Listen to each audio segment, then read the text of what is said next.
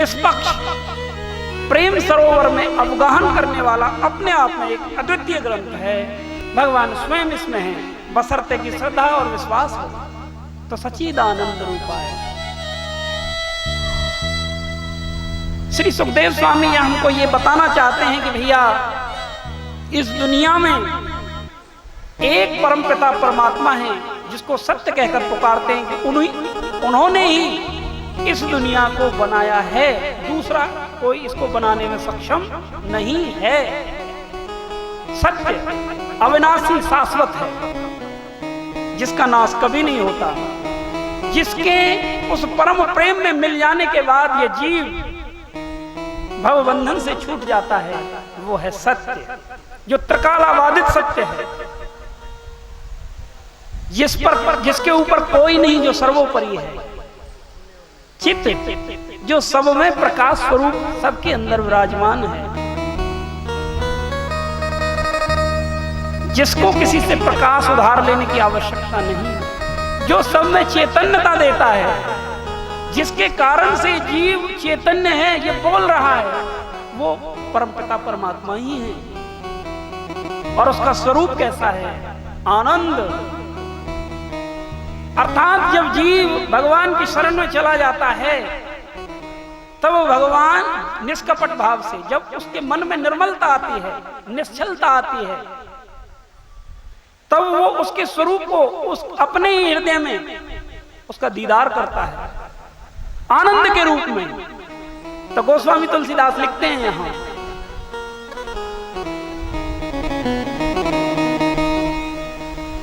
निर्मल मन जन सो मोहि पावा, मोहे कपट छल छिद्र न भावा। निर्मल मन जन सो मोहि पावा, मोहे कपट छल छिद्र न भावा। निर्मल जन मन सो मोहि पावा, कपट छल छिद्र न भावा। राम केवल प्रेम प्यारा, जाने लेव कोई जान निहारा। राम केवल। बोले वृंदावन बिहारी लाल की जय। तो भैया भगवान कहते हैं, मम दर्शन फल परम अनुपा, जीव पाए निज सहज स्वरूपा। जब भगवान के श्री पावन चरणों में ये जीव चला जाता है प्रभु कृपा से, तब उसके आनंद को ये महसूस कर पाता है। और भगवान ने लिखा है, जब भी प्रभु का किसी को दीदार होगा, संतों का ये मत है, वो आनंद के रूप में होगा। अर्थात दुनिया की व्याधा उसे नहीं सताएंगी। संतों के यदि जीवन चरित्र को देखें तो उनमें क्या है और एक साधारण जीव में क्या है, क्या अंतर है?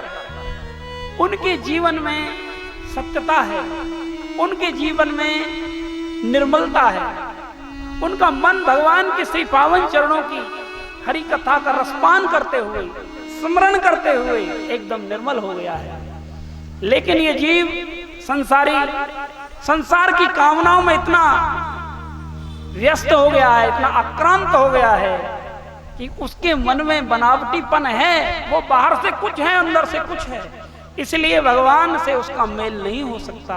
बोला राधे। तो इसलिए आनंद, भगवान आनंद स्वरूप है। कथा कीर्तन में हम जाएं, एकदम भगवान के श्री पावन चरणों में अपने आप को समर्पित कर दें, निश्चित तौर पर आनंद आएगा। तालियों की सेवा दें, निश्चित तौर पर आनंद आएगा। भक्त बनकर बैठेंगे तो निश्चित तौर पर आनंद आएगा, लेकिन भक्त के अलावा कुछ भी बनकर बैठेंगे तो बिल्कुल आनंद नहीं आएगा। तो इसलिए प्रेम से कहो राधे राधे राधे। और तापत्रय विनाशाय, 3 ताप हैं, दैहिक, दैविक, भौतिक, जो इस जीव को अग्नि में जला रहे हैं। देही के ताप, दैहिक दैविक भौतिक तापा, राम राज काहू नहीं व्यापा। जब ये जीव भगवान की शरण में चला जाता है, भगवान में और जीव में दीवार है मन और माया। प्रेमियों, भगवान से तो वही मिल सकता है जिसने संतों की चरणों को, चरण रज को अपने मस्तक पर धारण किया। अन्यथा जीव का अभिमान कभी नहीं जाता, मोहता जाएगी ही नहीं। जब एक संत दया करेंगे तब आपका जो संबंध है वो गोविंद से करवाएंगे। संत क्या करते हैं, बहुत सुंदर लिखा है संतों ने। सतगुर दीन दयाल दवा देंगे नाम की, जो कोई दवा को खाए उसी के काम की। खाके अमर हो जाए दवा सतनाम की। क्या काया का अभिमान को तलिया चाम की।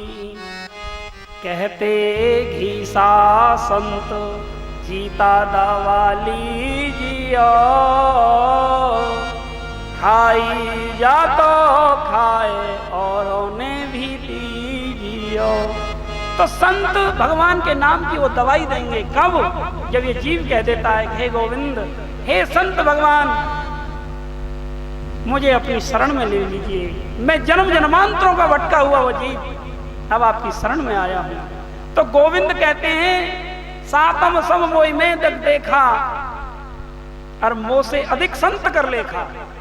सातम सम नवदा भक्ति में कहा है, सातम सम, मेरे अंदर इस पूरे विश्व को देखिए, लेकिन मुझसे भी ज्यादा मेरे संतों को देखिए, क्योंकि उनके हृदय में मैं प्रत्यक्ष रूप से प्रकट हूं, उनके आचरण में प्रकट हूं, क्योंकि उन्होंने जीवन में छल कपट को छोड़ दिया है। प्रेम से बोल राधे। तो आनंद जब ही आ सकता है जब हम कथा में नियम पूर्वक केवल भक्त बनकर श्रद्धा के सुमन प्रभु को अर्पित करें। एक विश्वास हमारे हृदय में हो कि गोविंद जरूर मेरा उद्धार करेंगे। मेरे अंदर जो जन्म जन्मांतरों के जो पाप कर्म संचित हैं, उनको हरि कथा में अवश्य भगवान शब्दों के माध्यम से जरूर इसका शोधन करेंगे। जब जीव संत परम हितकारी, संत परम हितकारी, जगत में संत परम हितकारी।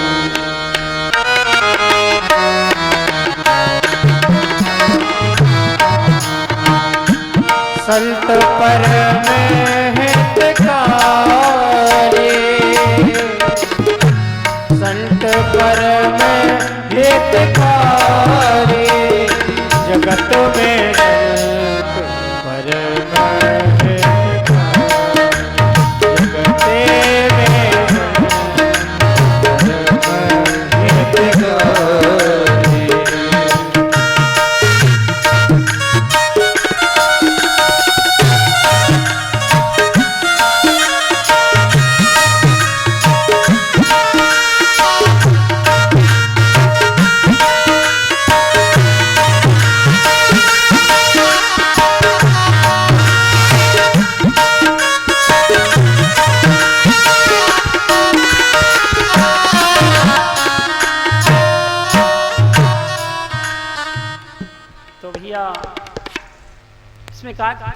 त्रय विनाशाय, तीनों ताप भगवान के श्री पावन चरणों में आने से दैहिक दैविक भौतिक चले जाएंगे।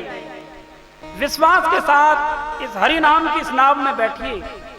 भगवान आपके सारे कष्टों का जिम्मेवारी स्वयं लेते हैं। भगवान से ऊपर कोई है ही नहीं, सुप्रीम पावर है भगवान। तो इसीलिए फिर कहा श्री कृष्णाय वयम नमः।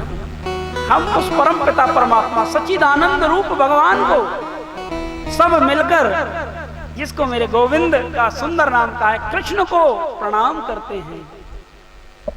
प्रिय बंधुओं, कृष्ण कौन? जिसकी माधुर्यता, जिसकी लावण्यता, जिसकी ऐश्वर्यता बरबस हमको अपनी ओर खींच ले, वो कृष्ण। प्रेम से बोला राधे राधे राधे। अर्थात जीव सकाम भक्ति भी करे, कोई कामना लेकर भी आए, तो मेरे गोविंद का चरित्र इतना निर्मल है, उसको निर्मल भक्ति की तरफ पहुंचा देगा। प्रेम से बोला राधे राधे राधे। तो सच्चिदानंद रूपाय के रूप में मेरे गोविंद भगवान श्री सुखदेव ने प्रभु के उस रूप का वर्णन किया। आगे श्री सुखदेव जी के चरणों में हम सब नमन करते हैं। तो चलते हैं नैमिषारण्य की उस पावन धरा पर, जहां 88,000 ऋषिगण भगवान के उस प्रेम में डूबने के लिए लालायित हैं, अपना सर्वस्व छोड़कर ठाकुर के चरणों में अर्पित करते हुए। एक विशेषता लिखी है भागवत में, नैमिषारण्य किसे? नैमिषारण्य वो पवित्र भूमि है जहां हमारा मनस चक्र रुक जाता है, अर्थात ये मन की दौड़ जहां समाप्त हो जाती है, जहां मन भगवान के प्रेम से एकदम लबालब भर जाता है, उसको कहते हैं नैमिषारण्य। और नैमिषारण्य कहीं नहीं, यही वो नैमिषारण्य है जहां प्रभु की कथा होती है। प्रेम से बोला राधे राधे राधे। तो नैमिषारण्य की इस पावन धरा पर, जहां ये मन विषयों से हटकर, विषयानंद से हटकर ब्रह्मानंद हो जाता है, चलिए उस धरा पर चलते हैं जहां